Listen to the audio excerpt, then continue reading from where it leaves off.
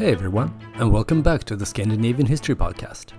Last time, we looked at how Vikings started to trade along the rivers from the Baltic Sea to the Black Sea, and eventually took control over the trading posts along that route, establishing a network of city-states called Gordariki.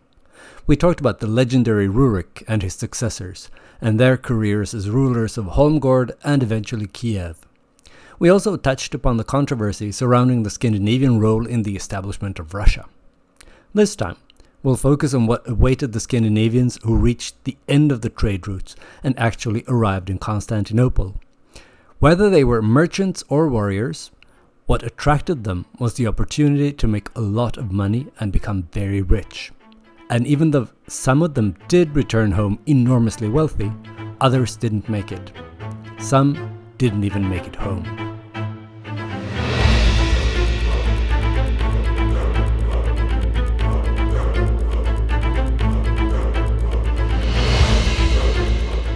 Episode 14, The Great City.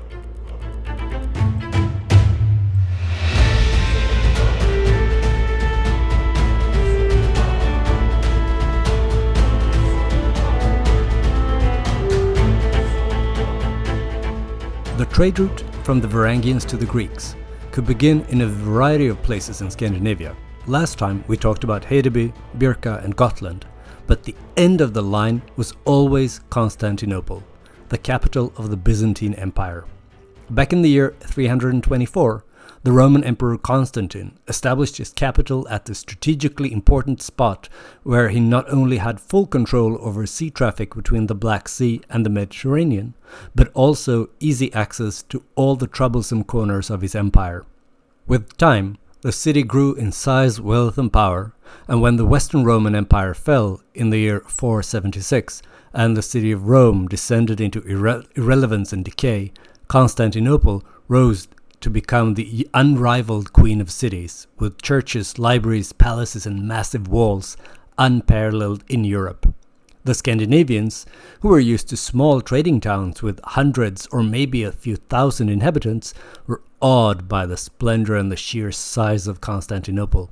They called it the Great City, or Miklagard in Old Norse. They would bring slaves, furs, timber, honey, wax, amber and other goods to the markets of Miklagard, and would leave with silver coins or goods to sell in Gordariki or other markets. Byzantine wares that would be brought north by returning Scandinavians included wine, spices, jewelry, silk, and other fine fabrics. According to the monk Nestor, if you remember him and his primary chronicle that we talked about last time, the first Scandinavians reached Constantinople in the year 852. So just a few years before Rurik took over Aldeguborg, in other words.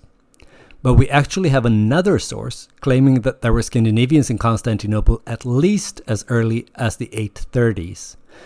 In the Annals of St. Bertin, a Frankish text from the middle of the 9th century, there's an episode where Scandinavians visited Constantinople in 838. The Byzantines apparently called them Rus and were under the impression that they lived in Gordariki, which they very well might have. These Scandinavians tried to get back home again by attaching themselves to a Byzantine diplomatic mission to Louis the Pious of Francia, which, if we're completely honest, seems to be a bit of a detour if you live somewhere up the rivers north of the Black Sea. Louis the Pious certainly became suspicious, maybe not so much due to the convoluted travel plans, as because he recognized these men as Scandinavians, a people that recently had started to raid the coasts of his own realm. He went as far as to warn the Byzantine Emperor Theophilos that these so-called Rus might be spies. The emperor's reaction to the warning hasn't survived, so we don't know if he took it seriously or not. Chances are that he didn't, because he was rather busy fighting against intruding armies on the eastern borders of his empire. But maybe he should have listened to Louis. Less than a quarter of a century after those first Scandinavians visited in Constantinople, hitching a ride home via Francia, the Vikings showed up in force outside the Theodosian walls. At sunset, on June 18th, 860, an armada of approximately 200 ships emerged from the Bosporus. Thousands of Vikings jumped out of the ships and started to pillage and burn the suburbs of Constantinople. Residents who tried to resist or just didn't manage to escape were killed left and right. Eyewitnesses described a wholesale massacre of civilians. The Archbishop of Constantinople at the time, a guy called Photius, recorded that the attack came as a complete surprise. The Northmen showed up like a thunderbolt from heaven, and, continuing with his metaphors, he described how they descended on the city like a swarm of wasps.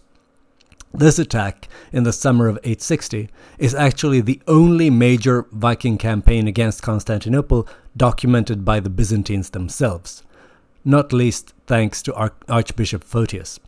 The reason for the attack was the military aid given to the Khazars in the form of Byzantine engineers helping to construct the fortress of Sarkel, that we'll talk more about next time.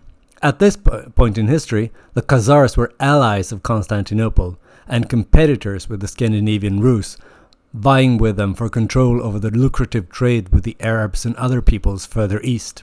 But again, more about that next time. If the primary chronicle is to be believed, and you know I have my reservations about that, then it was our old friends Askold and Deer who were behind the surprise attack on the Byzantine capital. Whoever had planned it, though, the timing of the attack was well chosen. The Emperor Michael III was absent. In the beginning of June, so just a week or so before, he'd marched off to the east together with the bulk of his army to try and stop an invasion into Syria. That meant that the defense of Constantinople was weakened and left in the hands of the city prefect Nicetas Oriphas. Luckily for Constantinople, though, those were some pretty competent hands. He acted quickly and managed to have the city gates slammed shut in the face of the advancing Viking hordes. But he couldn't do much to save the suburbs outside of the formidable Theodosian walls. These walls had been constructed under Emperor Theodosius II in the 5th century and were impregnable to the Vikings, who had next to no experience or skill in siege warfare. Within these walls, the defenders were safe, but they could just watch in horror as the seemingly unstoppable Vikings burned the city outside the walls and murdered its defenseless inhabitants. The Viking flotilla was also safe from counterattacks, since the dreaded Byzantine fleet was engaged in fighting against the empire's enemies on the Mediterranean Sea. Even though the situation was dire, the city prefect Oriphas and Archbishop Photius managed to defend the city within the walls and keep the inhabitants from panicking. They also sent a message to the emperor alerting him to the situation and begging him to turn the army around and come to the rescue of the city. When the emperor returned, he was smuggled into the city by night. He and the archbishop then brought out one of the many sacred relics kept in the city's churches, the Veil of the Virgin Mary. Then they carried it around the city walls in a procession, crying out to the Mother of God to save the city from the wrath of the heathens. When the procession reached the harbor, the emperor dipped the sacred veil in the waters, and, at least according to one Byzantine source, the fine clear weather was immediately replaced by a violent storm that destroyed many of the ships in the Viking armada. The attackers were so frightened by this display of celestial power that they packed up and left as quickly as they could. Other, less pious sources don't mention the miraculous storm. They only relate how Photius carried the sacred relic around the city walls, and that this did wonders for the morale of the soldiers and civilians alike. And eventually, the Vikings gave up and went home. In the beginning of August, they must have realized that they would never be able to breach the city walls, and the imperial army was to be expected back in the capital's defense at any moment. At this point, more than 2 weeks after the initial attacks, there can't have been much left to loot or burn. And since Vikings were never keen on open battle if they could avoid it, and certainly not against such a formidable foe as the Imperial Byzantine army, they probably thought it best to quit while they were ahead. The Vikings returned to Kiev in triumph, laden with treasure. The memory of the successful campaign against the great city lived on for generations among their descendants, and it's quite possible that descriptions of later attacks on Constantinople are modeled on the campaign of 860. Possibly even conflated with it. One such attack occurred in the year 907 under the leadership of Helgi, or at least it might have. The primary chronicle mentions it, and even implies that it was the most successful attack on Constantinople ever carried out by the Rus. But there's no mention at all in the Byzantine sources of any Viking attack that year. This can mean one of three things. Either it didn't happen, or the Byzantines were so embarrassed about it that they chose to pretend it never happened. Or, which is perhaps the most likely explanation, the attack described in the primary chronicle as such a great triumph did in fact take place, but not in the year 907.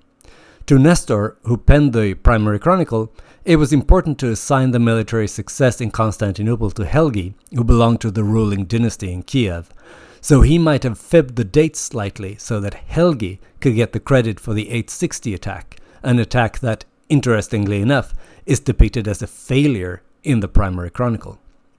So according to Nestor, Helgi launched an attack against Constantinople in the year 907. And this attack was so successful that he managed to force the Byzantine emperor to sign a treaty with the Rus that gave them favorable trading conditions in Constantinople. The primary chronicle records the details of that treaty, giving us an interesting insight into how the Byzantines made business with the Rus, be it in 860 or 907. First of all, the Byzantines agreed to pay a tribute for the attackers to go away, something we recognize from the Danegeld paid by Franks and Anglo-Saxons in Western Europe. Then the treaty went on to regulate the conditions under which Scandinavians would be allowed to trade in Constantinople. Under certain conditions, they were allowed to stay and to trade in the city for up to 6 months without paying any taxes. First of all, they could only be 50 Scandinavian traders in Constantinople at any one time. When they arrived, they had to register with the authorities, and before entering the city, they had to surrender their weapons. They could only enter Constantinople through the Silokerkos gate, and they had to be escorted in by soldiers from the imperial guard. Once inside, they had to confine themselves to a quarter in the southwestern part of the city, close to the gate through which they entered. The primary chronicle concludes the description of the treaty by mentioning that it was confirmed by the Byzantines kissing the cross, whereas the Scandinavians swore by their arms, invoking their gods. So clearly, this was before they had become Christian, even though the first attempts at proselytizing had already begun back in the middle of the 9th century. A few years later, in 911, another and more detailed treaty was signed. The stipulations on trade were similar, but the 911 treaty also included other rules, such as how to treat runaway slaves, inheritance in case a Scandinavian trader were to die in Constantinople, the limits on the amount of Byzantine silk that could be exported, as well as the status of Vikings who became imperial mercenaries. More on that in just a few moments. Like I mentioned last time, Ingvar tried to copy Helgi's prowess in war, but with considerably less success. One instance that the primary chronicle mentions is an attack on Constantinople in the early summer of 941. We don't have any Byzantine source that can verify this attack, but we do have a description penned by an Italian whose father-in-law was an envoy in Constantinople at the time of Ingvar's campaign. We don't know how many the attacking Vikings were. The primary chronicle talks of 10,000 ships, but our Italian source only mentions 1,000. The latter is probably more likely to be closer to the truth. Once again though, the attackers had good intel about when to attack, because the Byzantine fleet was away fighting an Arab fleet on the Mediterranean, and the bulk of the army had been moved to the east to stave off yet another invasion. But as well informed as he was about the whereabouts of the Byzantine forces, Ingvar apparently lacked some basic knowledge about their tactics and weaponry. In order to defend the city, the Byzantines sent out 15 ships into the Bosporus. The ships were old and unimpressive to look at, but equipped with contraptions that could throw the dreaded Greek fire both from the fore and the aft of the vessels. When the Vikings surrounded these ships, trying to capture them, the Byzantines opened fire with devastating effect. The attacking ships turned into burning infernos, and many of the Vikings who jumped into the water to escape the flames drowned, unable to swim in their heavy breastplates and other armor. Any Vikings who were caught alive had their heads chopped off. Despite the slaughter, Ingvar must have made it out of there alive, because only 3 years later he tried to attack Constantinople again. the defenders managed to destroy parts of his fleet with Greek fire this time as well, but in the end, the emperor seems to have concluded that it wasn't worth it to put up with these ruse attacks every few years. So he signed a new treaty with Ingvar. The new treaty stipulated that no trading delegation from Gordariki was allowed to approach Constantinople if it hadn't been preceded by a letter from the ruler of Kiev with exact details about the number of ships included, as well as a declaration of the peaceful intentions of the crews. Clearly, the Byzantines still wanted to trade with the Rus, but they weren't willing to put up with any more surprise attacks. This treaty held for 15 years, until Ingvar and Helga's son took over power in Kiev, and he felt the need to prove his ability as a warrior by attacking the great city. But we'll leave that campaign out of our narrative because, as we've concluded already last time, at that point the ruling dynasty in Kiev wasn't really Scandinavian any longer. Now let's go back to those Viking mercenaries in Constantinople that I mentioned earlier. So, not all Scandinavians who arrived in Constantinople were traders. Some took jobs as imperial bodyguards in the so-called Varangian Guard. The name comes from the Old Norse word varing, or defender, a word used by the Scandinavians themselves to describe those Viking mercenaries. The first members of the Varangian Guard were recruited in the 870s, and they came from Kiev. Later, Vikings from Scandinavia proper would also join. The force working in Constantinople to protect the emperor soon became an elite force that enjoyed a widespread reputation for skill and loyalty, and it existed for about 200 years. The official creation of the Varangian Guard as a distinct permanent force was in the year 988. Emperor Basil II asked Vladimir of Kiev to send him soldiers, and in exchange the Byzantine ruler gave Vladimir his sister Anna's hand in marriage. Vladimir jumped at the opportunity, not only to become the brother-in-law of the emperor himself, but also to get rid of some 6,000 warriors whose salaries he couldn't afford to pay anyway. The commander of the Varangian Guard was called the Akoluthos, or companion, and he was supposed to accompany the emperor wherever he went. He was actually usually not a Scandinavian, but rather a native Byzantine. One place he and the Varangians would frequently go with the emperor was to church, since religion was such an important part of imperial life. If you go to Istanbul today and visit the splendid Byzantine cathedral Hagia Sophia, you should climb the stairs to the southern gallery. There in the balustrade, some guy named Halvdan, possibly one of the emperor's bored Viking bodyguards, has carved his name into the stone using Viking Age runes. Even though their main task was to protect the emperor, his family, and the imperial palace, sometimes the Varangian Guard also functioned as an elite force within the Byzantine army and fleet more generally.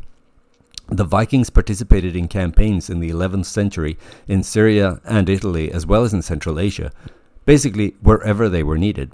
The Varangian Guard would often be used as a sort of reserves and be deployed at critical moments in the battle to either save the situation or to provide the last push to win.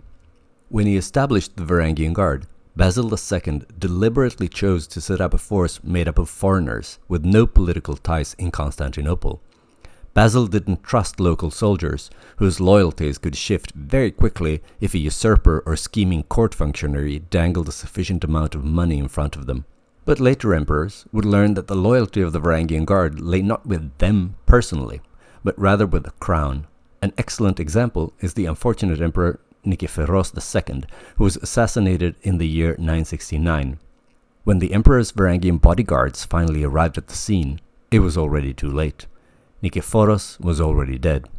At that moment, instead of avenging their dead master, the Varangians knelt and hailed his no doubt pretty nervous murderer, John Tzimiskes, as the new emperor.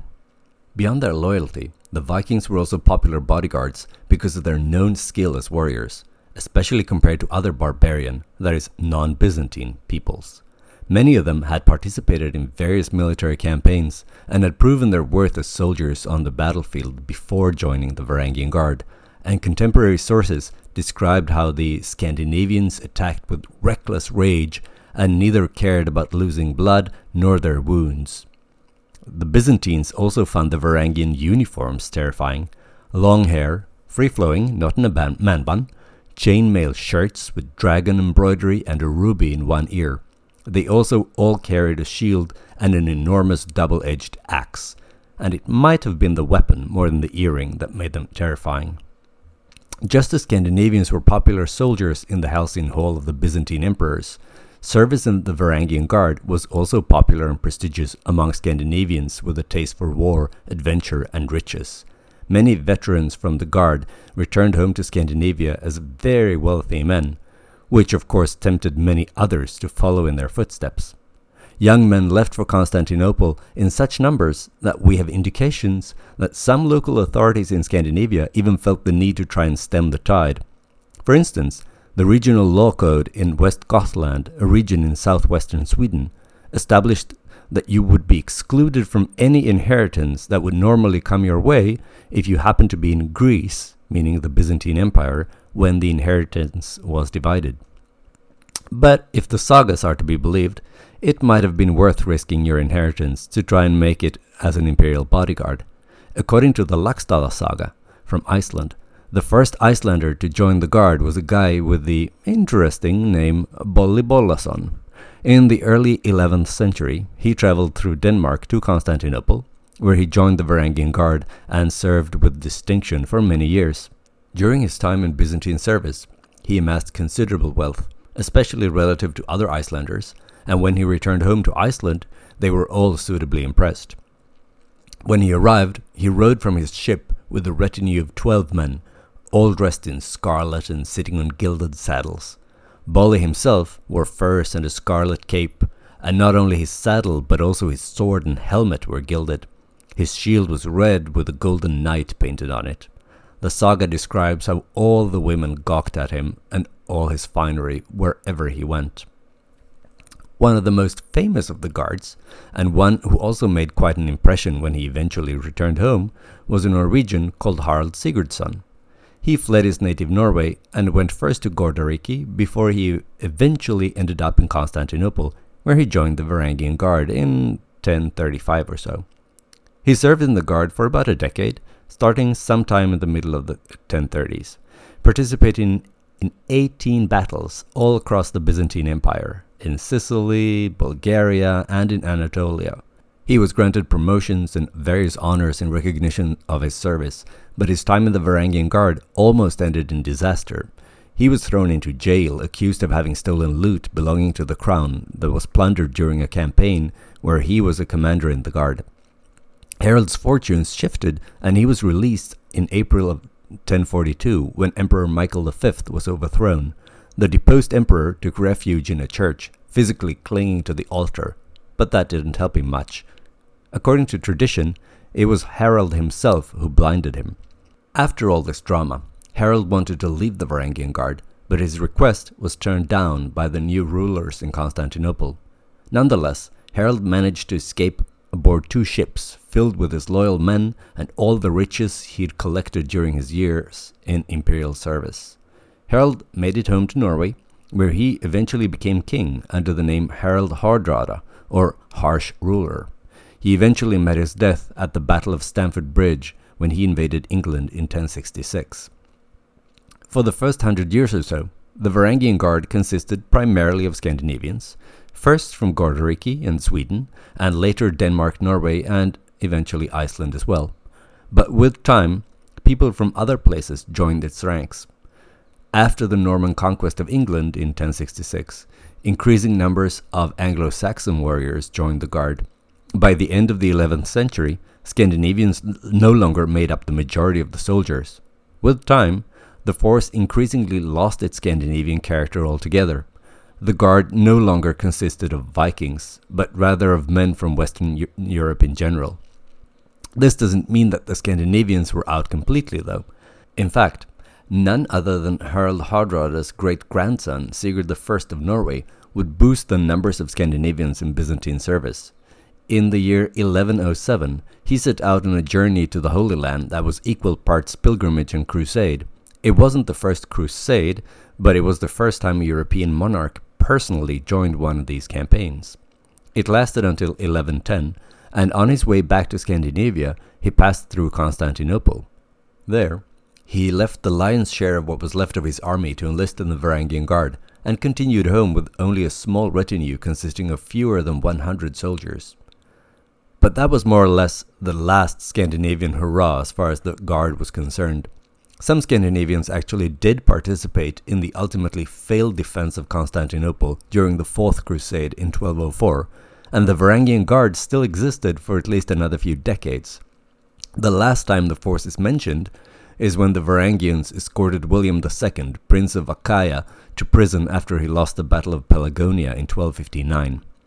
At this point, the Viking Age was more or less over though.